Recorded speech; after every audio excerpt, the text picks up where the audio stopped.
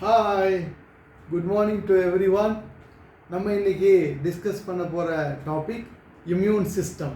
அதாவது இதில் முக்கியமாக நான் என்ன சொல்ல விரும்புகிறேன் அப்படின்னா, இம்யூன் சிஸ்டம்ன்றது கிட்டத்தட்ட ஒரு 400-450 பக்கங்கள் கொண்ட ஒரு டெக்ஸ்ட் புக்கு. இதில் உள்ள மொத்தத்தை நம்ம சுருக்கி ஒரு முன்கதை சுருக்கம் அப்படின்ற மாதிரி ஒரு 10 நிமிஷம் 12 நிமிஷத்தில் நம்ம இதை முடிச்சாகணும். ஸோ ரொம்ப டீப்பாக போக முடியாது, மேலோட்டமாக பார்க்கலாம் அப்படின்றத நான் முன்கூட்டியே அவங்கள்ட்ட சொல்லிடுறேன். ஏன்னா நீங்களாம் கோவப்படக்கூடாது. இதில் ஒரு சிலர் ரொம்ப அதிகமாக எதிர்பார்ப்பீங்க, ஒரு சிலருக்கு இதுவே புரிஞ்சுக்கிறது கஷ்டமாக இருக்கும். ஸோ நான் எல்லாருமே ஒரு அதாவது சயின்ஸுக்கு சம்மந்தம் இல்லாதவங்க, ஒரு ஆர்ட் படித்தவங்க, இல்லை ஒரு +2 வரைக்கும் 10th வரைக்கும் படித்தவங்க எல்லாத்துக்கும் புரிகிற மாதிரி நான் இதை கொண்டு போகணும் அப்படின்னு நினைக்கிறேன்.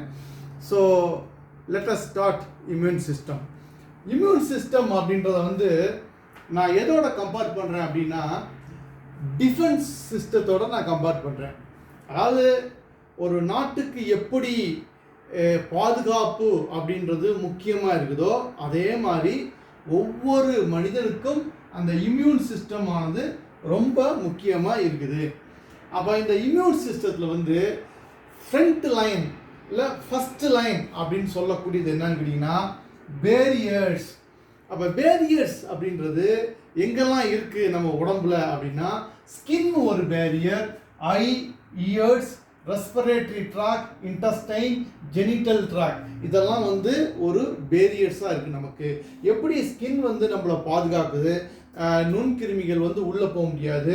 அதே மாதிரி கண்களில் லாக்ரிமல் செக்ரேஷன் என்று சொல்லக்கூடிய கண்ணீர் நம்ம கண்களை சுத்தப்படுத்துது. காதுகளில் வேக்ஸ் இருக்கும், இந்த வேக்ஸ் கிருமிகளை கண்ட்ரோல் பண்ணுது. அதே மாதிரி ரெஸ்பிரேட்டரி ட்ராக் அப்படின்னு சொல்லும் பொழுது மூக்கிலிருந்து அந்த நுரையீரல் வரை அதுக்குள்ளே ஒரு திரவம் சுரந்துக்கிட்டே இருக்கும். இதை பிராங்கியல் செக்ரேஷன் சொல்லலாம், இல்லை நேசல் செக்ரேஷன் சொல்லலாம். இது எல்லாமே கிருமிகளை உள்ள நுழையாமல் ஒரு பாதுகாப்பாக, ஒரு பேரியராக, ஒரு தடுப்பு சுவர், ஒரு முள்வேலியாக செயல்படுது. எப்படி ஒரு முள்வேலி நாட்டினுடைய பார்டரில் முள்கம்பி போட்டிருப்பாங்களோ அது மாதிரி இது நமக்கு பயனுள்ளதாக இருக்குது. இப்போ இன்டஸ்டைன் அப்படின்னா குடலில் நமக்கு கேஸ்ட்ரிக் செக்ரேஷன் இருக்குது, ஜெனிட்டல் ட்ராக் பெண் உறுப்பில் செக்ரேஷன் இருக்குது. ஸோ இதெல்லாம் இந்த துவாரங்கள் எல்லாமே கண், காது, இந்த மாதிரி எல்லா இடங்களும் நமக்கு ஒரு செக்ரேஷன் கொடுத்து நம்ம நுண்கிருமியிலிருந்து பாதுகாக்குது. அப்படின்றது தான் பேரியர்ஸ் அப்படின்னு சொல்லக்கூடிய ஃப்ரண்ட் லைன் டிஃபென்ஸ். அப்போ ஒரு நாடுன்னு எடுத்துக்கிட்டிங்கன்னா, நாட்டினுடைய பார்டர் செக்யூரிட்டி ஃபோர்ஸ்னு இருப்பாங்க, அதனுடைய பார்டரை சுற்றி. அது மாதிரி தான் இந்த பேரியர்ஸ் நம்மளை பாதுகாக்குது. அதுக்கு அடுத்து செகண்ட் லைன் அப்படின்னு போனீங்கன்னா இன்னேட் இம்யூன் சிஸ்டம். அப்போ இன்னேட் இம்யூன் சிஸ்டம் அப்படின்னா என்னன்னு கேட்டிங்கன்னா, இப்போ ரத்தத்தை எடுத்திங்கன்னா ரத்தத்தில் சிவப்பு அணுக்கள், வெள்ளை அணுக்கள் அப்படின்னு 2 விதமான அணுக்கள் இருக்கும். இந்த 2 விதமான செல்களையும் எடுத்துட்டா மீதி இருக்குது என்னன்னா அந்த பிளாஸ்மா என்று சொல்லக்கூடிய அந்த தண்ணீர், அந்த தண்ணீரினுடைய அதில் இருக்கக்கூடிய சில பொருள்கள், இதெல்லாம் சேர்ந்து தான் நம்ம ரத்தம் அப்படின்னு சொல்லுவோம். இப்போ அந்த ரத்தத்தில் நீங்கள் ஆர்பிசியை தனியாக எடுத்துட்டீங்க அப்படின்னா மீதி அந்த டபிள்யூபிசி இருக்கும், வெள்ளை அணுக்கள்னு சொல்லுவாங்க. அந்த வெள்ளை அணுக்கள் என்னென்னு கேட்டிங்கன்னா நியூட்ரோஃபில், பேசோஃபில், ஈசினோஃபில், மோனோசைட்ஸ், அப்புறம் லிம்போசைட்ஸ், இதெல்லாம் வெள்ளை அணுக்கள். இதில் லிம்போசைட்ஸை மட்டும் நான் தனியாக ஒதுக்கி வச்சுட்டேன். ஏன்னா அந்த லிம்போசைட்ஸுன்றது எங்கே இருக்குன்னு கேட்டிங்கன்னா நிணநீர் அப்படின்னு சொல்லக்கூடிய லிம்பாட்டிக் சிஸ்டத்தில் இருக்கும். அப்போ நிணநீர் அப்படின்னு சொல்கிறது என்னன்னு கேட்டிங்கன்னா ரத்தத்துக்கு, அதாவது ரத்தம் எதில் ஓடிட்டுருக்கோம், அதாவது ரத்த நாளங்களில் தான் ரத்தம் ஓடிட்டுருக்கோம். இந்த ஆர்ட்ரிஸு, வெயின், அப்புறம் அது ஹார்ட்டுக்கு போய் அந்த சர்க்குலேஷன் எடுத்துக்கிட்டே இருக்கும் கேபிலரிஸ் வழியாக. ஆனால் இந்த நிணநீர் அப்படின்றது இந்த நாளங்களுக்கு வெளிப்புறம் அந்த திசுக்களில் உள்ளது தான் நிணநீர் ஓட்டம்னு சொல்லுவாங்க. அப்போ இம்யூன் சிஸ்டத்துக்கு இந்த நிணநீர் ஓட்டம் நல்லா ஒரு ஒரு கண்டினியூஸாக நல்ல ஒரு ஆரோக்கியமானதாக இருக்கணும். அதுக்கு தான் நம்ம வந்து எப்பயுமே வந்து இம்யூன் சிஸ்டத்துக்கு வந்து எக்ஸசைஸ் செய்கிறது, லைஃப் ஸ்டைல் வந்து ரொம்ப முக்கியம் அப்படின்னு சொல்லுவோம். ஏன்னா அந்த மஸ்குலர் கன்ட்ராக்ஷன்லாம் வந்து இந்த நிணநீருடைய அந்த போக்குவரத்தை வந்து ஒரு ஒரு ஒரு ஆரோக்கியமாக வச்சுக்கிறது அப்படின்னு சொல்லலாம். ஸோ இந்த இன்னட் இம்யூன் சிஸ்டம் வந்து நியூட்ரோஃபில், பேசோஃபில், யூஸ்னோஃபில், மோனோசைட்ஸு இதெல்லாம் வந்து நம்ம என்ன சொல்லுவோம்னா ஃபேகோசைட்ஸ் அப்படின்னு சொல்லுவோம். அதில் வந்து டென்ட்ரைட்ஸையும் இந்த மாஸ்ட் செல்லையும் நம்ம வந்து இன்க்ளூட் பண்ணிக்கணும். இது வந்து ஒரு சப்ஸ்டிடியூட் மாதிரி. சப்ஸ்டிடியூட் அப்படின்னாலும் இந்த டென்ட்ரைட்டிக் செல்ஸோட இன்வால்மெண்ட்லாம் வந்து அதிகமாக இருக்குது.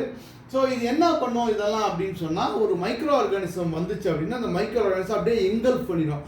அது அப்படியே அதனால தான் வந்து நம்ம இதை வந்து இந்த இம்யூன் சிஸ்டத்தை பார்க்கும்போது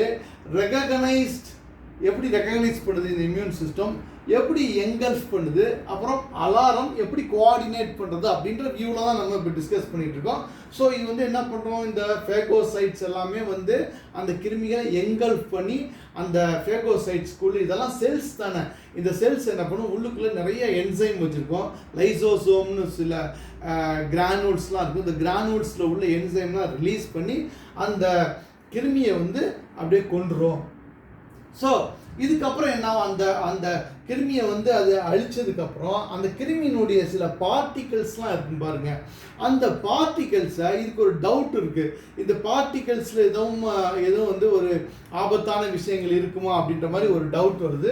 அப்போ என்ன பண்ணுது, அந்த பார்ட்டிகல்ஸ் வந்து இந்த ஃபேகோசைட்ஸில் இருக்கக்கூடிய ரெண்டு முக்கியமாக, அதாவது டென்ட்ரைட் செல்லும் இந்த மேக்ரோஃபேஜஸ்னால் ஒன்றும் இல்லைங்க, இந்த மோனோசைட்ஸ் இருக்குது. இந்த மோனோசைட்ஸ் வந்து மெச்சூர்ட் ஆகிட்டு அப்படின்னு சொன்னால் தான் மேக்ரோஃபேஜஸ். இந்த மோனோசைட் வந்து ஒரு இடத்துல இருக்கும், இது வந்து மெச்சூர்ட் ஆனால் தான் எல்லா இடத்துக்கும் மூவ் ஆகும். அப்போ இந்த மேக்ரோஃபேஜஸ்ன்றது மெச்சூர்டு மோனோசைட்ஸ். இதுவும் இந்த டென்ட்ரைட் செல்லு ரெண்டு தான் வந்து நம்ம ஏபிசின்னு சொல்கிறோம். ஏபிசினா ஆன்டிஜன் ப்ரெசன்டிங் செல்லுன்னு பேர். அப்போ இந்த ஆன்டிஜன் ப்ரெசன்டிங் செல்ஸ் வந்து என்ன பண்ணுதுன்னு கேட்டிங்கன்னா, அது வந்து இந்த டெஸ்ட்ராய் பண்ண அந்த கிருமி இருக்குது, அதை எடுத்துக்கிட்டு அப்படியே போகுது. இப்போ இந்த எங்கல்ஃப் பண்ணுற இந்த சிஸ்டத்தை வந்து நம்ம எப்படி சொல்லலாம் அப்படின்னா, ஒரு இமேஜினேஷனுக்கு இப்போ வந்து வீட்டுக்குள்ளே வந்து ஒரு எலி வருதுங்க. எலி வந்துச்சுன்னா அதை வந்து என்ன, ஒரு எலி பொறி வச்சு பிடிக்கலாமா? அதே மாதிரி இப்போ எலிப்பொறி வச்சு பிடிக்கணும் அப்படின்னாக்க அந்த எலிப்பொறிக்குள்ளே ஒரு கருவாடு வைக்கணும், இல்லை ஒரு தேங்காய் துண்டு வைக்கணும், ஒரு தக்காளியை வைக்கணும், ஏதோ ஒன்று வைக்கணும் எலியை அட்ராக்ட் பண்ணுறதுக்கு. அது மாதிரி இந்த ஃபேகோசைட்ஸ் எல்லாமே வந்து எலிப்பொறி மாதிரிங்க. இந்த ஃபேகோசைட்ஸுக்குள்ளே எங்கே தக்காளி வைக்கிறதா, கேரட் வைக்கிறதா, எதை வைக்கிறது அப்படின்னு சொல்லி, அதாவது நிறைய விஷயங்கள் இருக்குது. அது எல்லாமே வந்து அதனுடைய அந்த ஃபேகோசைட்டோட சர்ஃபேஸில் இருக்கும். ஃபார் எக்ஸாம்பிள் இப்போ டென்ட்ரைட்டிக் செல்லில் வந்து நீங்கள் ஒரு ஃபேகோசைட்னு எடுத்துக்கிட்டிங்கன்னா அதோட சர்ஃபேஸில் சுற்றி நிறைய சென்சார் இருக்கும், நிறைய ரிசப்டார்ஸ் இருக்கும். இந்த ரிசப்டார்ஸ்லாம் வந்து அந்த ஆன்டிஜன், அதாவது அந்த பெத்தோஜென்ஸ் நுண்கிருமிகள் வர்றதை வந்து அப்படியே வாட்ச் பண்ணிக்கிட்டே இருக்கும், அதை அட்ராக்ட் பண்ணக்கூடியதாக இருக்கும். அப்போ அட்ராக்ட் பண்ணி உள்ளே வாங்குறது தான் அந்த எலிப்பொறி. அப்போ எலிப்பொறி வந்து அது உள்ளே வாங்கிடுச்சுன்னா என்ன பண்ணுறது, அந்த எலியை சாவடிச்சிடும். சாவடிச்ச பிறகு அந்த செத்துப்போன எலியை அப்படியே விட்டுற முடியாது. விட்டுட்டா வீட்டுக்குள்ளே வந்து ஸ்மெல் வரும், டிஸ்டர்ப் ஆகும். அதை வந்து வெளியே எடுத்துகிட்டு போய் போடணும் குப்பையில். அப்போ என்ன பண்ணுது, இந்த ஃபேகோசைட்ஸ் வந்து அந்த டெஸ்ட்ராய் பண்ண பார்ட்டிகளை எடுத்துக்கிட்டு அதில் எதுவும் ஆபத்து இருக்குமோன்னு ஒரு சந்தேகம் வருது, எடுத்துகிட்டு அப்படியே போகுது. இந்த சுற்றி நிறையா சென்சார்லாம் இருக்குதுன்னு சொன்னேன் பாருங்கள், நிறையா செல்ஸ் ரிசப்டார்லாம் சர்ஃபேஸை சுற்றி இருக்குன்னு. அந்த ரிசப்டார்ஸ் தான் நம்ம என்ன சொல்லுவோம், பாம்ப்னு சொல்லுவோம். அதாவது பெத்தோஜன் அசோசியேட்டட் மாலிகூல் பேட்டர்ன் அப்படின்னு சொல்லி அதுக்கு பேர். ஸோ இப்போ இதை எடுத்துக்கிட்டு எங்கே போகுது, நேராக வந்து அடாப்டிவ் இம்யூன் சிஸ்டத்தில் உள்ள டி செல்ஸ்கிட்டையும் பி செல்ஸ்கிட்டையும் போகுது. அது எங்கே இருக்குது, அது ரத்தத்தில் சுற்றிக்கிட்டு கிடையாது, அது லிம்ஃப் நோடு அப்படின்னு சொல்லக்கூடிய அந்த நிணநீர் சர்க்குலேஷனில் லிம்ஃபாட்டிக் சிஸ்டத்தில் உள்ள லிம்ஃப் நோடில் இருக்குது. லிம்ஃப் நோடு எங்கெல்லாம் இருக்குது, லிம்ஃப் நோடு வந்து தொண்டையில் இருக்குது, கழுத்தில் பகுதியில் இருக்குது, அந்த ஆம்பிட் அப்படின்னு சொல்லக்கூடிய இந்த அக்கிள் பகுதியில் இருக்குது, ரெண்டு காலுக்கும் இடையில் உள்ள தொடை பகுதியில் லிம்ஃப் நோட்ஸ் இருக்குது, இன்டெஸ்டைனை சுற்றி சில பகுதியில் இருக்குது. அதனால தான் எப்பயுமே ஒருத்தருக்கு ஃபீவர் வந்தாலோ, ஒரு கடுமையான இன்ஃபெக்ஷன் வந்தாலோ தொண்டையில் வலி வரும். ஏன்னா அது வந்து லிம்ஃப் நோடு வந்து அந்த அது வந்து ஸ்டார்ட் பண்ணுது, அதோட இம்யூன் சிஸ்டத்தை வந்து அதனுடைய வேலையை ஆரம்பிக்குதுன்னு அர்த்தம். அதே மாதிரி இந்த கால் கையில் எங்கே அடிபட்டுச்சுன்னா புண்ணு வந்ததுன்னா இந்த காலில் வந்து நெறி கட்டிக்கிச்சு அப்படின்னு சொல்லுவாங்க தொடையில். அதே மாதிரி இந்த ஆம்பிட்டில் வந்து வலிக்குதுன்னு சொல்லுவாங்க. ஸோ இதற்கெல்லாம் காரணம் என்னன்னு கேட்டிங்கன்னா அந்த லிம்ஃபேட்டிக் சிஸ்டமானது வந்து இம்யூன் சிஸ்டம் வந்து ஆக்டிவ், அதாவது வேலை செய்ய ஆரம்பிச்சிருச்சு அப்படின்னு சொல்லி அர்த்தம். ஸோ இப்போ இந்த அடாப்டிவ் இம்யூன் சிஸ்டத்தில் உள்ள அந்த டி செல்ஸ்ட்டையும் பி செல்ஸ்ட்டையும் கொண்டு போகுது. எதை கொண்டு போகுது? அந்த ஆன்டிஜனை வந்து எடுத்துகிட்டு போகுது. யார் எடுத்துகிட்டு போகிறா? இந்த டென்ட்ரைட்டிக் செல்லும் மேக்ரோபேஜும் எடுத்துகிட்டு போய் கொடுக்குது. அப்போ இது அதாவது என்னன்னா ஆக்சுவலாக இது வந்து ஆக்ஷனில் இறங்குது. எது? அடாப்டிவ் இம்யூனிட்டின்றது. அதாவது இது வந்து செகண்ட் லைன். ஃபர்ஸ்ட் லைன் வந்து பேரியர், செகண்ட் லைன் வந்து இந்த இன்னேட் இம்யூனிட்டி ஆக்ஷனில் இறங்குது. இது ஆக்ஷனில் இறங்கினாலும் அது வந்து என்ன பண்ணும், நம்ம இந்த டி செல்ஸ் பி செல்ஸில் வந்து ஒரு சப்போர்ட்டுக்கு கூப்பிடுது. ஏப்பா நீ எனக்கு கொஞ்சம் ஹெல்ப் பண்ணு அப்படின்னு சொல்கிற மாதிரி ஒரு சப்போர்ட்டுக்கு கூப்பிடுது. அங்கே எடுத்துகிட்டு போகுது. அங்கே எடுத்துகிட்டு போனவுடனே இந்த டி செல்ஸும் பி செல்ஸும் அதை பார்க்கும். அப்போ அது வந்து ஒரு சாதாரண விஷயமா இருந்தால் இந்த டி செல்ஸ் பி செல்ஸும் சும்மா இருந்துடும்.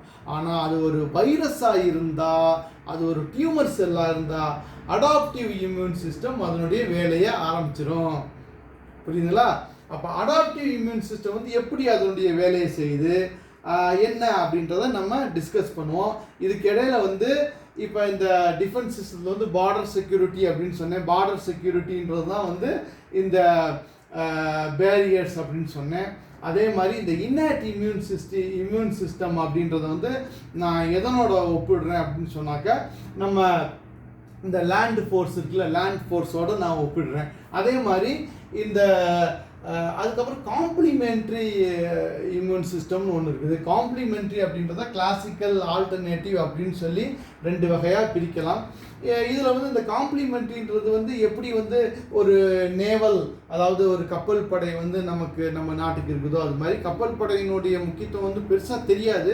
அதே மாதிரி இதுவும் வெளியில் பெருசாக தெரியறதில்ல. ஆனால் இதுவும் வந்து முக்கியமான ஒன்று.